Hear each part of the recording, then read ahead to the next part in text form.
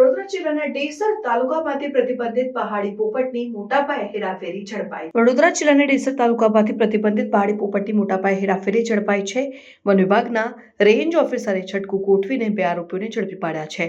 આ કેસમાં વનરાજ વનુભાઈ માળી અને સુભાષ ગોપાલભાઈ માળીની ધરપકડ કરવામાં આવી છે.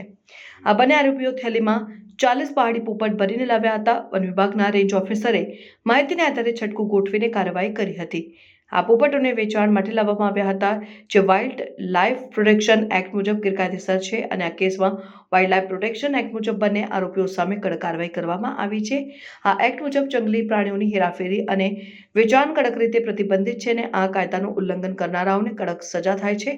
વન વિભાગના અધિકારીઓએ જણાવ્યું છે કે આ પ્રકારની હેરાફેરીને રોકવા માટે તેઓ સતત ચેકિંગ અને છટકા ગોઠવી રહ્યા છે. આ કેસમાં વધુ તપાસ ચાલુ છે અને પોપટોને કઈ રીતે અને ક્યાં લાવવામાં આવ્યા હતા તે અંગે પણ તપાસ કરવામાં આવી રહી છે.